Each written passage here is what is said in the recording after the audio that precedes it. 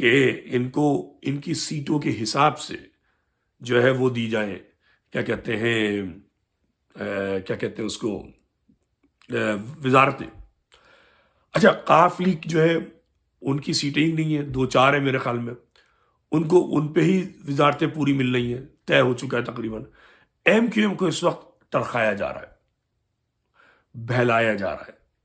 یہ کہا جا رہا ہے کہ پہلے وزارت عظمیٰ کا اعلان ہو جائے پھر ہم بات کریں گے. ٹھیک ہے.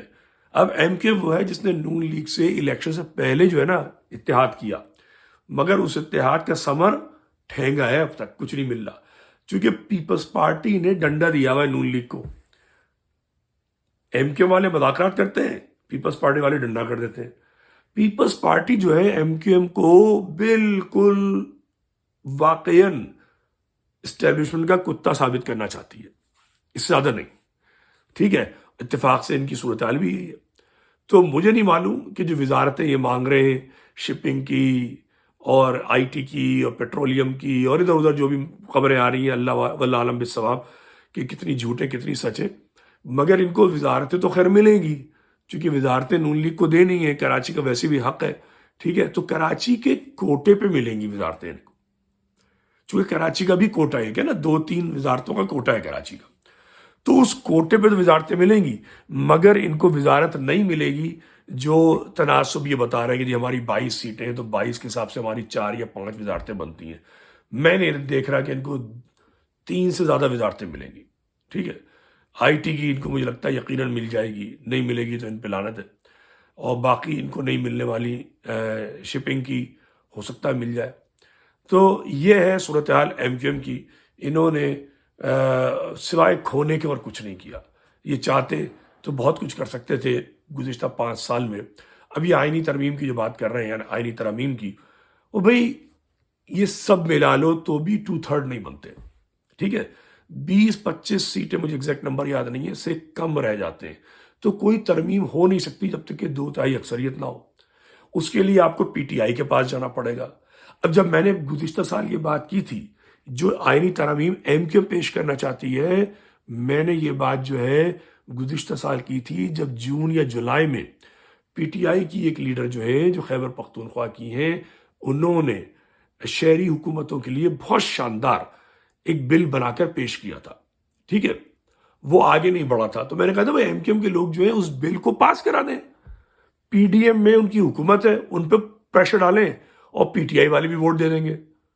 لیکن ایم کی طرف جواب آیا ہے کہ ہم کیوں کریں، ہم جب آئیں گے حکومت میں ہم کریں گے. یہ جو اپنی عیاشی کا جو چکر ہے نا، اس میں قوم کا بیڑا غرق کیا ہے. اگر یہ سنجیدہ ہوتے تو گزشتہ جون جولائی میں شہری حکومتوں کا جو قیام، جس کا یہ ڈسٹرکٹ کے نام پہ بات کر رہے ہیں، پی ٹی آئی کے بل پر ہو جاتا. چونکہ یہ کہہ سکتے تھے کہ ہم پی ڈی ایم میں نہیں رہیں گے. ٹھیک ہے نا. اور پی ٹی آئی جو تھی اس کا بل تھا وہ سپورٹ کر دیتی. ایک آسان طریقہ تھا، میں نے اس پہ بڑی وکالت کی تھی، بڑی دلائل دیے تھے. میرا ویلاگ موجود ہے، مجھے سنتا تو کوئی نہیں ہے، لیکن میں نے بات یہ کی تھی. بات یہ ہے کہ جب مفاد پرستی ہو، خود غرضی ہو، صرف سیاست مقصد ہو، تو پھر قوموں کی بقا نہیں ہوتی. تو کراچی کا حشر بگاڑنے میں ایم کا بہت بڑا ہاتھ ہے اور ان کی سیاست کا. لیکن لوگ بیچارے جو ہیں، میں تو صاف بات کرتا ہوں، مجھے الیکشن نہیں لڑنا کہ میں تمیز سے بات کروں. میں کس لیے تمیز سے بات کروں؟ مجھے کسی کا احسان مند نہیں ہونا، مجھے کسی سے رسپیکٹ نہیں چاہیے. مجھے گالیاں دیتے ہو دیتے رہو. تو میں یہ کہوں گا کہ کراچی کی جو بیشتر آبادی ہے بہت جاہل ہے، پڑھی لکھی جاہل ہے. برا لگتا ہے لگ جائے. اگر جاہل نہیں ہوتے تو 18ویں ترمیم پہ گریبان پکڑتے ہیں سب کے. جب نہیں پکڑے تھے اب پکڑتے. الطاف پہ لعنت بھیجتے. 18ویں ترمیم جو ہے اس نے لدوائی ہے آپ کے اوپر. میں 2009 سے چلا رہا تھا، آپ نے بات نہیں مانی، کسی نے نہیں مانی. کارکنان مجھے گالیاں دیتے، میرا مذاق اڑاتے، جی آپ کو پوچھتا کون ہے؟ او بھائی مجھے کوئی پوچھے نہ پوچھے، میری زندگی بڑی سکون سے گزر رہی ہے، چونکہ میں نے اپنی زندگی کا اہتمام کیا ہے، تعلیم حاصل کی ہے، مقابلے کے امتحان پاس کیے، ایک اچھا پروفیشن گزار رہا ہوں. آپ کی محبت پہ چونکہ آپ میرے ہم قوم ہیں، میں یہ آ کر کوشش کرتا ہوں کہ آپ کو عقل سکھاؤں، عقل. مگر آپ عقل سیکھنا نہیں چاہتے، آپ غلام بنے رہنا چاہتے ہیں اپنی پارٹی کے، ایم کے، دلدن کے اور پاکستان کے، اور تباہ و برباد ہو رہے ہیں آپ.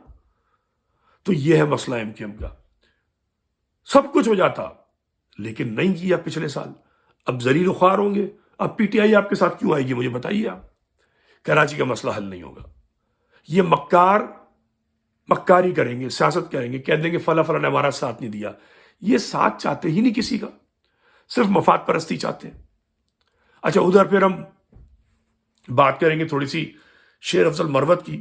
مجھے وہ بندہ بہت پسند ہے، میں اس کو غور سے دیکھتا ہوں، سنتا ہوں، پڑھتا ہوں. مجھے نہیں لگتا کہ وہ پی ٹی آئی میں زیادہ چل پائے گا. شیر افضل مروت جو ہے ایک وہ ہے کیا کہتے ہیں عظیم بندہ ہے. اس کی گفتگو سے، اس کے چال چلن سے، اس کی انداز، کانفیڈنس سے پتہ چلتا ہے وہ ایک لیڈر ہے. لیکن ایسے لوگوں کو پارٹیاں جو ہے نا مسل کے پھینک دیتی ہیں، چونکہ جو لیڈرز ہوتے ہیں وہ جیلس ہوتے ہیں. پی ٹی آئی میں بھی یہی ہوگا. شیر افضل مروت کو جو ہے تھرڈ لائن لگا دیا جائے گا. یہ میری پریڈکشن ہے. چل نہیں پائے گا.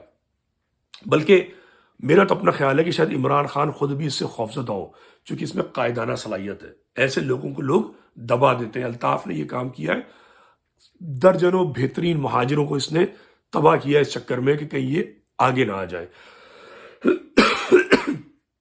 شخصیت پرستی میں ہمیشہ ان لوگوں کو آگے لایا جاتا ہے جو قیادت سے نیچے رہنے کی صلاحیت رکھتے ہی نہیں ہیں، بلکہ ان کا جو انداز ہوتا ہے وہ ان کو نیچے رکھتا ہے. یعنی وہ اتنے بڑے نظر نہیں آتے کہ قیادت سے ٹکرا سکیں. میں دیکھتا ہوں شیر افضل مروت جو ہے اس میں قائدانہ صلاحیت ہے. وہ ایک ایسا آدمی ہے کہ جو خود اپنی پارٹی لے کے چل سکتا ہے. ٹھیک ہے. اور یہی چیز جو ہے اس کو نقصان پہنچا جائے گی. اس کو کھڈے لائن لگا دیا جائے گا. آج نہیں کل اس کا حشر ہونے والا ہے. یہ میرا اپنا خیال ہے. اور میں یہ دیکھ رہا ہوں اس کی گفتگو سے، اس کے ڈیمینر سے اس کو بھی یہ احساس ہو چکا ہے. ٹھیک ہے. جو افسوس کی بات ہے.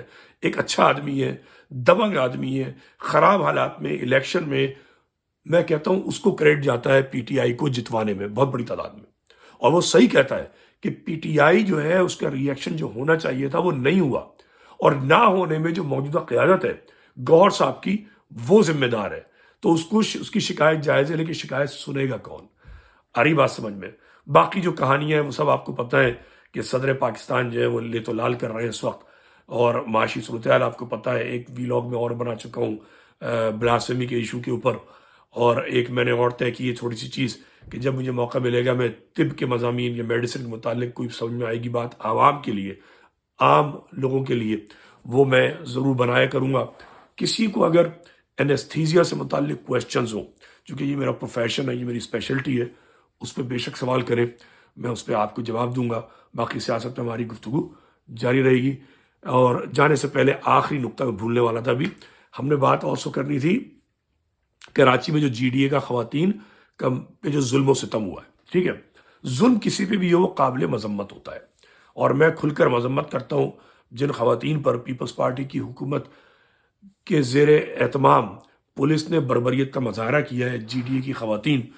مگر میں جی ڈی اے والوں سے سوال کرتا ہوں کہ یہ پہلا موقع ہے کراچی حیدرآباد میں مہاجر خواتین کے ساتھ، کراچی کی خواتین کے ساتھ ایک نہیں درجنوں بار بہت ظلم ہوا ہے. طویل تاریخ ہے. لسانی بل کا معاملہ ہو، سانحہ 30 ستمبر ہو، پکا قلعہ کا سانحہ ہو، ٹھیک ہے نا، اور مختلف طلبہ تحریکیں ہوں، جماعت اسلامی کے معاملات ہوں، ایم کیو ایم پاکستان پر جو دہشت گردی کی ہوئی تھی پیپلز پارٹی نے. آپ خاموش رہتے ہیں. اندرون سندھ کے جتنے کارکنان ہیں، لیڈرز ہیں، کراچی پہ جب ظلم ہوتا ہے تو آپ خوش ہوتے ہیں، لفظ استعمال کرتے ہیں دہشت گرد. ٹھیک ہے. آپ مکاری کرتے ہیں، چلاکی کرتے ہیں، دھوکے بازی کرتے ہیں. میری آپ سے اپیل ہے کہ یہ مکاری آپ ختم کر دیجئے. اس مکاری سے آپ کو مل کچھ نہیں رہا. آپ ہی کے ہم زبان سندھی بولنے والے آپ کا ہی استحصال کر رہے ہیں. مہاجر پھر بھی استحصال نہیں کرتا، اصولوں پہ قائم رہتا ہے. آپ کے لوگ بک جاتے ہیں، خریدے جاتے ہیں.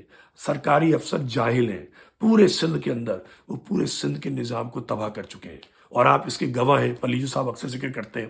خدا را ٹیلنٹ کی قدر کرنا سیکھیے اور کراچی والوں کو انسان سمجھیے. کبھی وہاں ظلم ہو تو اس کی مذمت کیجیے. کراچی والے آپ کے لیے دل کھول کر رکھ دیتے ہیں. جب آپ سیلاب کے زیر اثر تھے، کراچی والوں نے اپنے دل چیر کے آپ کے سامنے رکھ دیے تھے. کبھی آپ بھی ہمت کیجیے، دل مت چیریے. کم سے کم اپنی جو ہرزہ سرائی ہے اس کو روک لیجئے. کراچی والوں کو دہشت گرد کہہ کر ان کو گالی دینے کا جو سلسلہ ہے اس کو روک دیجئے. بس اتنی درخواست ہے آپ سے. خدا حافظ.